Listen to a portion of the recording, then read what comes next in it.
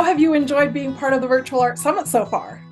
Oh, I have loved it. When you told me what the theme was right away, I mean, I had ideas come into mind, and it's what I try to teach always. I Right, mean, you can have skills, you can have techniques, you can have all of this, but if you can't get into that spirit of just letting go and playing, right. you're not creating from the heart. I mean, it's too much thought behind it then.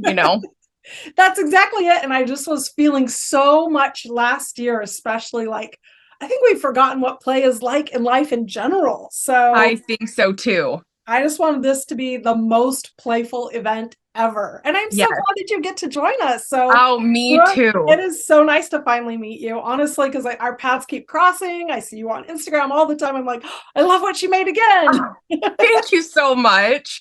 Oh, and I have loved the courses and everything that you have put out as well. I mean, your teaching style is wonderful. Thank you so much. Well, this Yes. is going to be like the most grand event of the year. I'm so excited because it's my fourth time. So I'm just going to make this like an annual event ever after. Everyone has to just tune in and mark their June calendar as this is Virtual Art Summit month.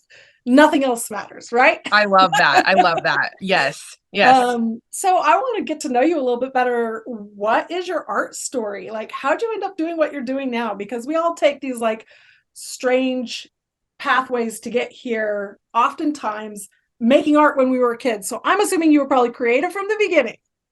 Very, very beginning. So my grandma is a quilt teacher or she was when she taught all over the world. So she made sure all of her grandkids, which the majority were boys, learned how to sew from a very young age. I love it. And we knew the basics. And of course, I took to it more than some of the others, but she was the kind of quilter where you knew the basics, you did all this, but if you had an idea, perfect. There's no, it's never not possible. It's just breaking down the steps to how can we bring it back to those basics to fulfill this wild idea that nobody has done before. And so I started with that, got away from it for a while. And, I was the kid that at 13, I would ride my bike down to the local quilt or the local knitting shop, the yarn shop, and taught myself how to knit and crochet. And my mom was a scrapbooker, so I scrapbooked some too. Card making, all of, I say I Any of the dabbled. making, any of Yes, the making. I say I dabbled in most everything. I had my own quilting business for a few years where I long armed people's quilts, all of that. And I kept experiencing the burnout where I found that I was too niched down. For me, I get bored. And so mixed media, how I landed here is it's an accumulation. It's everything that I love. I mean, I'm able to bring in the crochet piece. I bring in the quilting and the textiles with everything I do.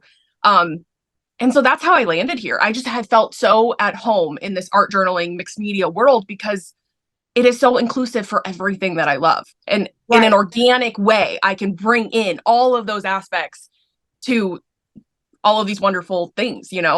Mixed media means nothing is off limits, Absolutely. Absolutely. right? And I love that. I know. And I'm seeing right now an explosion of what was mixed media into something that's morphing into something different. And I don't know if you're noticing it, but in the last maybe few months or more, and you're probably, I would say you're a catalyst to this too, because you've brought in the stitching and sewing and quilting into it. But I'm seeing everyone bring every level of every type of medium in and saying, guess what? Mixed media is everything. Like if you have, like you said to your grandma, if you've got a wild idea, just figure out the steps and how Yep. to make it happen. There are no rules. And so Yep. it's becoming incredibly playful, incredibly forgiving.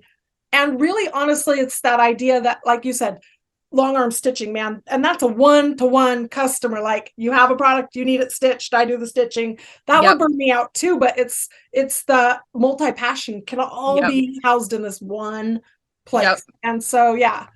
And don't get me wrong, I loved it. And I had a crochet business where even before they were popular, I was making patterns for the little animals, the armagurumi, I can't say it's a Japanese word, of crochet animals. And But again, it was just too niche down where Yeah. I would spend all of these hours on it, and then it was like, okay, I'm ready to do something else. But it was like, nope, time to start the next one. So Right. I'm not somebody that can do the production very well, the That's it. manufacturing. I have to have, even if I'm doing kind of the same thing over and over, there has to be some level of creative newness and play that can be involved. Yeah. I think you mentioning that now is like sparking why I never really stuck with one style of art long enough. Because I always want to try all of it. Although the more I've done it, more than a decade in, actually a lot more than a decade in, and I can see there is a golden thread through all of it. But it's having tried all those things to come to a place now where I can say, okay, I understand like where my parameters are and what I love to do. And it's all about experimentation and play and asking what if. And That's exactly it. That's the key to, the joy in creation, right? Well, and I think that's why, well, probably the last year, 2 years is when I officially started this business that I have. I considered myself a failure because I would try different jobs. I couldn't stick to them. I am not a 9-to-5 office person. I have pretty bad anxiety and depression. And so even thinking about work the next day, I would be so anxious. And it's like, I'm capable of the job. That's not it. And I mean, that's still something we're unpacking, but even with all the different art avenues, like quilting business or crochet, I considered that I failed. I mean, I didn't stick to it. I was capable, but I couldn't do it. And it finally came to the realization that I never put something down forever. I may drop it for a month or two until the inspiration strikes again, and finding a new way to incorporate the embroidery or whatever it is, Yeah. But I don't consider myself a failure anymore because I can pick those things back up. I've taken the time to learn and have that expertise in that area. And so maybe we're bored of it for a little while. Yeah. But we bring it back in. And so the mind shift for me has been monumental, because to think of yourself as a failure all the time, that's pretty discouraging. And so to finally have that aha moment is like everything. It's not gone forever. It's just all in its due time. And there's a big difference between failing and failure, because you're not a failure for letting go of something. Failing at like for me, I was just like, why can't I like everything I do? I'm failing at it. I was good enough to be, or kind enough to myself to not say I'm a failure, but I was like, man, this is failing and it's not working. And I'm so glad that those ups and downs could bring me to where I'm at now, and that I didn't stay down that road. Like you said, like there's a burnout when you're continuing to do something that no longer serves you. Yes. Right. And so then you take all those lessons and then you incorporate it and you have a new iteration. And there's going to be a time, I'm going to guess, Brooke, for both you and I, where what we're doing shifts again. Yeah. It's just going to keep shifting and morphing, and everything we've learned along the way, whether it's how we make art or how we're running our business, is going to continue to evolve. So instead of thinking of it as a failure, it's just a continual growth and learning process. I love what you said about a failure versus failing. That's something I need to think about more. I tend to internalize things completely. So if I failed something, I am a failure, which is so not the case, because you have to have failures to learn. If you're failing, then you're trying. Even things within this business that I'm running now, it's like, okay, doesn't quite work for me. How can we shift it? What did we learn from it? So it's all about the mind shift of how you view things. Yeah. And I was always so determined to figure things out that if something did fail, it was like, okay, what did you learn? What did you not like? Where are you ready to go next? Absolutely. And so there was always like a future possibility with it. And to put that into real practical terms, as far as making art, especially because we're probably going to have so many new people who are just brand new at making in the style that the Virtual Art Summit is teaching, nothing you're doing is a failure. Yep. No, absolutely. Even your worst pieces, it's like you had the actual the guts to make it in the first place, and the experience to do it. It's like, did you have fun? Did you play? If it looks like crap, paint over it. Who cares? It's just paper. Absolutely. And paint, Yes. I feel like if you're more of an analytical person, you could take each art session that you have, each art spread, and you learned something from it. It could be, I learned what not to do, or I learned, hey, that works really well with that. But we can take it and break it down. Not that we have to with the session, but if you wanted to, each session is valuable. And I think people always ask me, you're so free spirited when you create. Like they see me on camera and they're like, you just go for it. And it's like, it's practice. It's a muscle like anything else. Absolutely. because if you come just once every great while, which I understand we don't all have time for everyday creating in a big sense. I think we can all do it in a little way. Anyway, but I know what you mean. Like, yeah, it's the time that you're spending doing it and repeating the process, no matter how often you get to do yep. it. It just, like you said, it's a muscle, and the muscle isn't just making the work. It's the muscle of allowing yourself to make the work however the work is made. So no matter how it turns out in the end, right? Mm-hmm. Mm-hmm. And that takes practice, because there's a lot of people who are really hard on themselves that if they didn't make that finished product, yes. I mean, like, more than half of my works don't turn out. If that makes anyone feel better, I would hope. Yes. If you look around my studio here, there's things that it's like, wow, I tried that a month ago. That didn't work out. But I often leave it around because it's like, okay, what idea can that spark going forward? That may not have worked exactly how I wanted it to, but it could in something else, you know? It's, yeah. And honestly, I look back to some of my earlier works and I'm like, what was I thinking? That was horrible. But that's what pushed me forward to the next thing, right? So that's why, you just get into the process of play. So speaking of, I love that we can just chat so easily, because not everyone's so easy to talk to. You are so easy to talk to. Oh, thank you. And you really obviously embody the whole idea of play and making and the purpose of it. And I just love that. So just give me some ideas of like actual playful things that you love to do in the studio that are like, maybe, not for the end result. Like, yes. What are you doing when you're playing? Absolutely. So, I mean, I mentioned a little bit my mental health. So I think for me, the spirit of play has been what saved me. I mean, and that may sound dramatic, but it is what it is for my life. It has saved me. I've heard that story so many times. So I think that it's an important one to repeat. And mental health is not something that we can just bypass. It's something important to bring into the story, because I struggle with mental health as well. And there are a lot of things that, can push you to that next level of healing. And I would love to hear from your point of view how that's worked for you. Yes. So with that being said, I don't always have the energy to create. I mean, people always comment on my work. You're so prolific. You make so much. How are you making so much? And it is true that I have been in I've made 100 journals this year for the Play Along journal series. I mean, that is insane. Yeah. I made 40 all of last year. And I thought that was a crazy number, which it is. And now in 2 months, I've made 100. Anyway, that's not how I am all the time, though. And so I don't want people to think that you have to be this Energizer bunny to create and to play. So one of the things that I love to do, if maybe I'm not feeling it so much, but I want to be in my studio, this is my happy place, I want to be here, but I don't want to get discouraged by everything. I do simple mark making. So I bring out some different papers. It could just be plain white paper. And if all you have with you is a pencil and a paper, fine. Make repetitive art marks that can kind of, maybe they're a little mind numbing at first. You don't have to have a lot of brain power to do them, but the act of just touching your supplies, for me, being around my supplies gives me immense inspiration. So mark making is a very powerful thing for me. And the bonus is I can often use that in my work later. They're collage paper. But you wouldn't have to. You could just sit there and scribble as hard as you wanted to with your pencil, but you're in your space, you're making art. It's more powerful than maybe it sounds because you're amongst everything. Another one for me is I'm a very hands-on textural person. So simple stitching, even if it's just straight line stitching over and over, that works for me too. It's often the simplest things that help me to return to play. And then as I talked about, I may layer them all together to something more complex. But if you break down my work, often it's a lot of really simple techniques just brought together.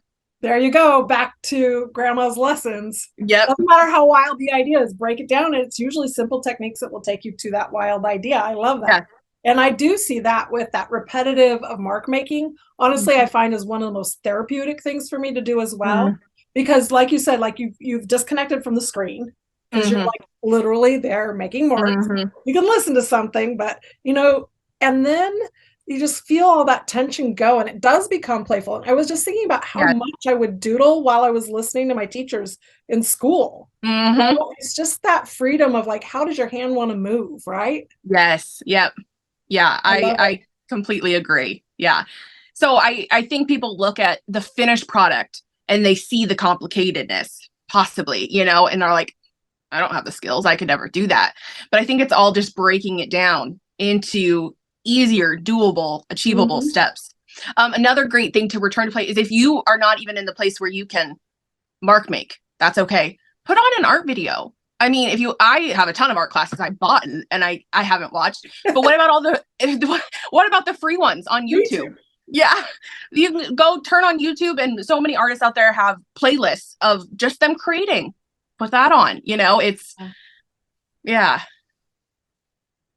Yeah, I'm guilty of having too many courses that I should be finishing watching. And it's just mostly because I want to connect with other artists. And when you're in that energy, and the same goes for like going to an art gallery or a museum or something, if I'm not in the mode for making, which honestly I'm more in the mode for making than I am for leaving my house, but me too. I don't know what in 2020 has just stuck with me forever. Like, can I just stay home and be with my stuff where I'm comfortable? But no, those adventures spark new ideas. And sometimes really I just go, like, if I can just go for a walk of fresh air. But we lie to ourselves if we say we don't have time. I agree. I mean, you sit there and I think about, okay, I sat on Instagram scrolling for what I thought was 5 minutes, but it was an hour, it's like you have the time. It's just what you choose to do with it. Right. And you may not have the time. I'll give you that if you are thinking, I want to finish a whole big thing right now. I want to finish a 40 by 40 canvas today. Okay, we have to be realistic, but you could start it. You could do a section. You could do the first layer, Right. Yeah. And realizing that a lot of little moments of time add up to something bigger. That's key. Yep. It really is. And like you said, like for 1 minute you're mark making, you've got yourself a little time. Like I've been putting stuff, my studios upstairs, but I've been putting stuff down on the kitchen counter. So I at least touch it and make some marks in between all the other things that I'm doing, which is usually work. Sometimes it's taking care of the family. Yes. But you're right, because it could be social media, but it could also just be making a few marks. But if you do marks and you do some stitching and you do some like sketching, and next thing you know, you've got all these beautiful layers you can mix together for a project. Yeah. That really honestly took part in a lot of little playful moments. Absolutely. Yeah. I mean, if you break down a project, you could look at, especially for my work, it's like, oh, I made that piece 6 months ago and here it's showing up. So for me, I always try to tell people, I need to have those components on hand when I actually go to create usually what they're seeing. And so I have stashes of tags pre-made. I have stashes of whatever. And so then I have different play days where it's like, okay, today we're going to replenish and have fun and do this component, little stitched elements or whatever. And not everybody works like that. I am a batch creator where I want to do a bunch of stitching at once or a bunch of dyeing fabric at once. Or just a jelly plate day. Exactly. So, I mean, I can never run to my jelly print in the first print be amazing. I don't know about you, but you have to kind of get into it in order for that to work. And so then you have that stack on hand. Yeah. And it's ready to go for the next project. I agree. It's like a lot of little fun moments that just add up to, wow, now what am I going to do with it? And that's also important, is while you're doing the play, for you may have your end goal, which is oftentimes journals, but even still for those listening and those who are new at this, you don't need an end result to make a lot of little things. It's sometimes in those bits and pieces that you've made, the jelly plate printing, the mark making, the slow stitching, whatever it is that you're like playing and practicing, suddenly you'll look at these amazing little fun projects you've done and the idea will spark on how to put it all together. Yes. Well, and that's something to be said too. Just create for the sake of creating. For example, my mom does mixed media as well. And so we're lucky we live a mile apart that we can get together and play. She always says about me, though, especially since I've started this business, is she says, well, you're lucky. You have something to put all of those to. You're making journals and you're selling them. There's a purpose. And I agree. I feel like I am lucky. I needed that purpose. But not everybody is intended to go make things and sell them. That's not for everybody. But to have that sake of just, we're making papers because it's fun. We're doing this because it's fun. I think that's a tough concept sometimes to wrap your head around, because I like things to have a useful purpose. But I think if we can just play while we're playing, later look at everything and be like, okay, what could that turn into? And that's a mind switch. Yeah. We do often as normal creatures of this planet, but also as, Western world Mhm. capitalists feel like everything we do has to have a purpose, Right. a useful purpose. So like there is always like, we can say this over and over again, just do it for the joy of doing it without an end result.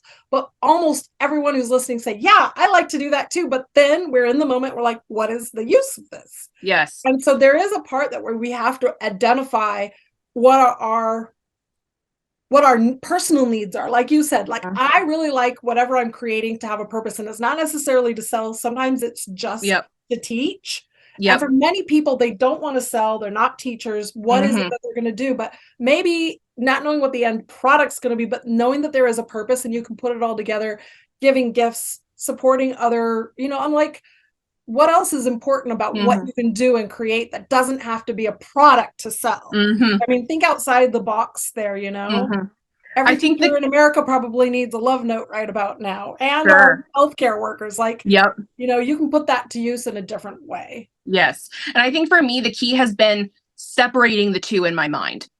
Playing just to play when I'm playing, and know that I have enough experience or enough times backing me up that I have then, even if it's 6 months down the road, thought of something to do with that.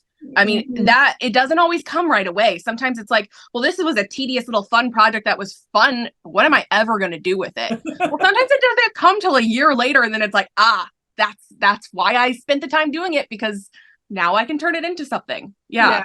Or in my case, sometimes I tear it up and throw it away. Yes. Or paint over it. Or paint over it, or burn it, or whatever. And I don't feel bad about that, because that activity of learning taught me what I needed to know for the next thing I was going to do. Absolutely. Absolutely. It informs the next decision, the next play.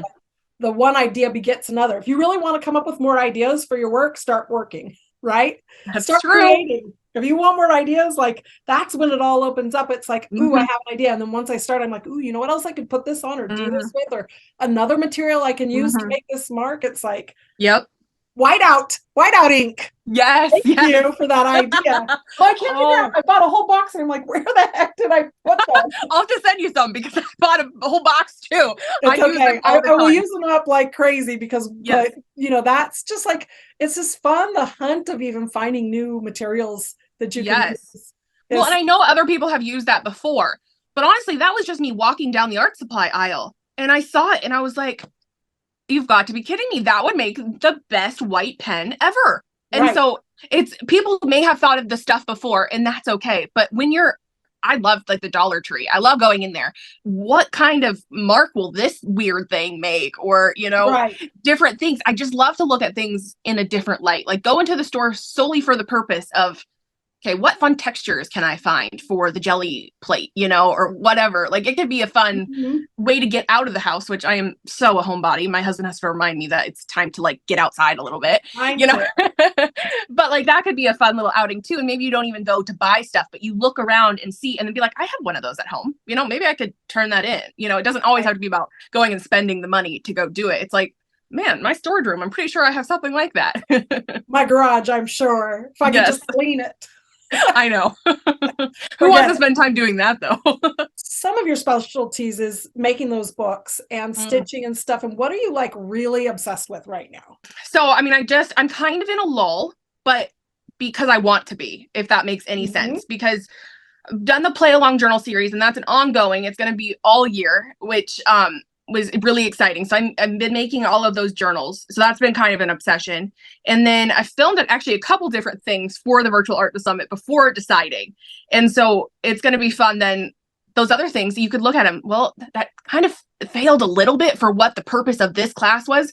But no, because wow, in May, that's coming out as a class, so it's everything kind of goes into it. So my obsession right now is kind of transitioning a little bit, because I have been so focused on the production of those journals that the relaxing time has been really nice for me. But I'm thinking I'm going to get back into a little bit of stitching for some covers, which will be really fun. So I've been working with paper a whole lot right now. And so I kind of go back and forth between paper and fabric. And then of course I bring them together, but just the stitching projects too. I'm thinking I want to get some covers made, and that's kind of how I do it. I make them. And so I have 5 or whatever, and then I go and make the journals. a little bit here and there. Yes. I am really fascinated with the slow stitching because I used to sew a lot, like all through high school and my early 20s. I did every kind of like sewing imaginable. Prom dresses, I made them.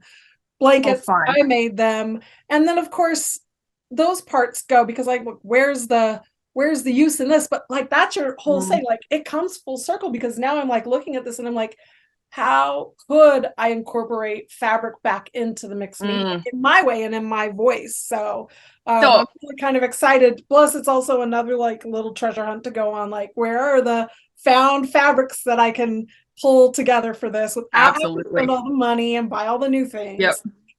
I haven't done a lot of work on canvas, but I have some ideas of bringing in that stitching. And it's even, you could stitch through the canvas, but on a big canvas, that'd be a little bit more difficult. But I'm thinking even like little bits, little clusters like I made for last year's 100-year project.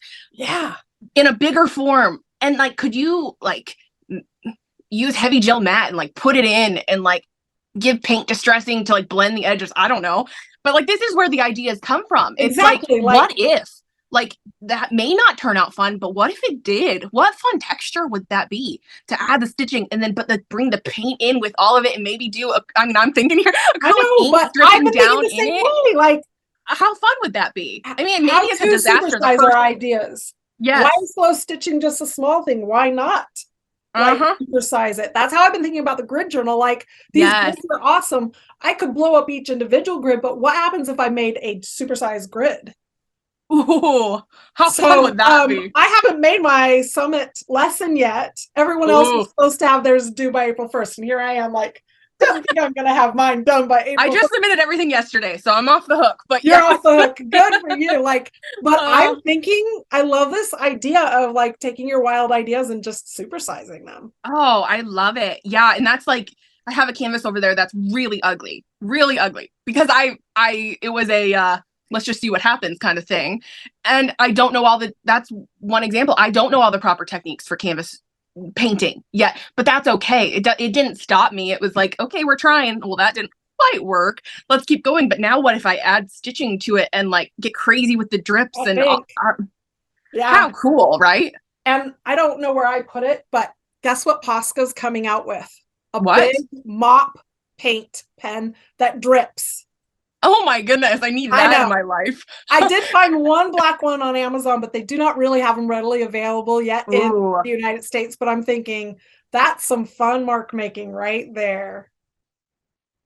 Fun, yeah. Well, so you asked what I'm obsessed with right now. I'm looking at that canvas.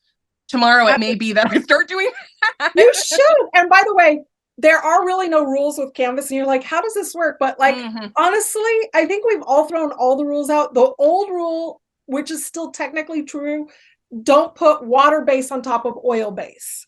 However, I didn't even know that. Yeah, because the oil will eventually crack and all of it will come off. However, I break that rule a little bit by using oil pastels and sometimes allowing acrylic paint to go over it. Okay. But that's really good small amounts. But that's the only rule that I know that you should stick with. Other than that, like glue it on, stick it on, use any kind of acrylic mediums, thin, thick, it all goes together. Have fun, right? I think for me, it's been trying to figure out. So I'm used to using paint in smaller amounts. You work in a journal. It's a relatively small amount. Jelly printing is still a relatively small amount. So the canvas over here is maybe 36 by 36. And it's like, how do you get that to spread and really cover an area? So that's what's been playing with me. Yeah, is figuring that out. But it's like, I keep looking at it. It's like, oh, I want to get some collage grunge on that. So even it just sitting there in my studio is another prime example of I'm not actively working on it, but my mind kind of keeps giving me ideas so that when I do have the time, I'm kind of ready to jump in and just see what happens. Also, house paint spreads really beautifully. Ooh. Well, yeah, why wouldn't it? Yeah, I used to pick up little samples of the throwaway paint, or I'd have a couple colors made. And what I like about house paint is that it's opaque. So it will cover, but it's also really runny, so it covers really quick and smooth. Whereas heavy body paint is like really thick, and you really need to add a lot of water to it. And I love my golden fluids, which work really well, but they're expensive, and also they're often transparent. So I'm like, house paint is kind of fun to paint with. Yeah, that gives me some fun ideas too. Man, Yeah. See, look, I had the weekend to kind of relax, and now I'm kind of like, wow, maybe we're gonna jump right back in head first. look I at love us. that. We're like just thinking of all the fun, playful things to do. Oh And hopefully, man, whoever's listening right now, it sparked a few ideas. I hope Okay. so. Well, I want to ask the one question I like to ask everybody who comes on the podcast slash these interviews are going to multiple places. But what is your big audacious dream? Ooh, that's a good question. Ah, It kind of sounds silly, but I'm kind of living it. Like, oh, that's not silly. That's beautiful. I mean, I do want to accomplish more. I do.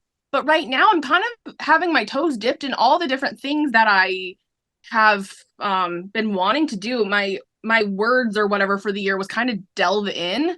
Last year it was kind of like growth. Like I made it a goal to post on Instagram every single day.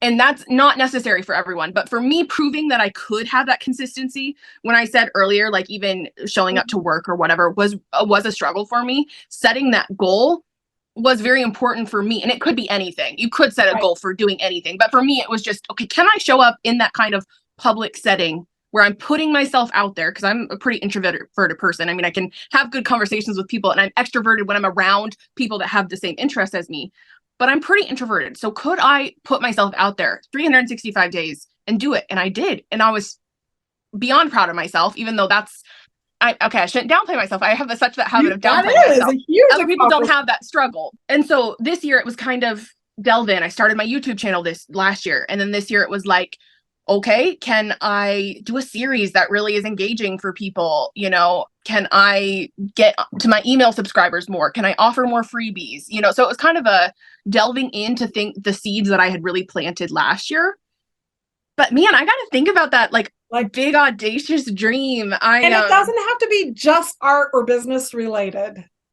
Most of my things are right now. It's kind of where my mind has really been focused on. I mean, it's financially is a little like my husband has been the one that has worked. We don't have kids, so I've always kind of thought that it was like, man, it's justified to be a stay-at-home mom, but what if you're not a mom and you stay at home? Like that was a big thing for me to wrap my brain around. And that's kind of in the last 2 years, I said I kind of had that mental switch. And so I just feel so much more at peace and like I'm in the place I'm supposed to be finally. And I've always said I have very supportive people around me, but I always said, well, they have some doubt about them, about what I'm doing. And honestly, it wasn't true. It was the doubt that I was casting onto them from me. It was always until I finally fully accepted it for myself that I could see that they accepted it in me all along. You know, they never pushed me to go and do the 9 to 5 or whatever. Like they have, and I'm lucky to have that support, but it was me fully accepting it in myself that it's like, hey, they've been there all along, you know? So, and look at what a beautiful opportunity that entrepreneurship really leads to, especially for those who are very 9 to 5 adverse. And I understand that. Like, I think the only quote unquote 9 to 5, 24/7 job that I was ever good at was actually in the military, which is crazy because everyone was like, you're not going to succeed in that because I'm a rebel. I don't like being told what to do. I want to be able to dream up how my life is going to be and then execute. Whereas with a 9 to 5, you don't really get that. But with your own business, you really do get to dream up the wildest of ideas. And this, thank you, Brooke's grandma again, just lay out the path. If you have a wild idea for your business, we'll break it down. What are the steps? And then let's dream big and go for it. But honestly, it's a beautiful thing to say that you're really happy with how things are right now, because that's probably the most important thing. Like we can dream of money, we can dream of travel, we can dream of, you know, when I have the dream home, the dream studio, then everything's going to be all right. I do believe that dreaming is part of our natural human way. And it's important. I mean, it is important. But if you're dreaming to escape, you're missing the point of now. And I was just listening to a podcast because I'm a big podcast junkie before we began. And I was listening to Jesse Eitzler. Do you know who he is? I don't. I recognize his name. He's an entrepreneur, but he's also the husband of Sarah Blakely, who started Spanx. Oh, okay. And so they're like big entrepreneurs, and he's got some great advice. And what I loved is he really has a belief of be where your feet are. So that's really about loving the life that you're in now, being present in this moment. And I'm with you, Brooke. I love this right now. If I had nothing more than this right now, then I'm already as happy as I can be. But because I like set out with this dream of helping 1 million women fulfill their dreams, that means I have a lot more work to do. Yeah. Man, I went back and forth with your Remarkable League so many times, and I still sometimes kick myself in the butt. I don't know. I think it is awesome what you're doing, because you have so much to share. And one of the biggest things that I will admit that I struggle with is marketing. I don't like putting myself out there and being like, buy from me. I'm the best. Buy from me. That's not what I mean. Even though I want to reach it. People don't see that in you, but people don't see that in you. What you've done, the most important thing to do is you've shown up as yourself, you've given generously, and marketing is just communication. And the fact that you can just keep 365 days of showing up on social media, that in and of itself is a remarkable feat. It's wonderful. I'm just so grateful that you're part of the Virtual Art Summit this year. And I know everyone needs to go find you at BB Henry, right? Yes. BB Henry _art on Instagram. Yes. And bbhenryart.com. Yeah. And that way they can follow you, but they're going to find out, because everyone who's listening after hearing you is going to be like, I've got to go do the Virtual Art Summit now. Oh, I think so. I am so excited. You have so many other amazing artists that are teaching that I cannot wait to watch everybody's. I know it's just going to be like an explosion of inspiration. It is. It's so exciting. And like every year I'm like, I can't outdo this year. And then the next year I'm like, wow, I'm so excited. But I choose the Virtual Art Summit based on what I really want. And so that makes it even more fun for me. I love that. Yeah. And I think that says something about me saying I'm happy where I am right now. I still have things I want to accomplish. I want to put out more classes, all of this. And it's like, how could the summit be even better than last year? I think it resonates to like what place we're in. It's exactly what we need right now. Right. We need to return to play. Like that's what we're feeling deep down. And so that's why it's like, it resonates, and it's such a big thing, and it's so good. And next year, whatever the topic is going to be like, oh, that's exactly what we need. Exactly. No pressure. Oh, well, thank you so much for joining me on this really amazing conversation. And I loved it. We have to catch up again. I would love that. Thank you, Brooke. Thank you so much, Kelly. Have a good one.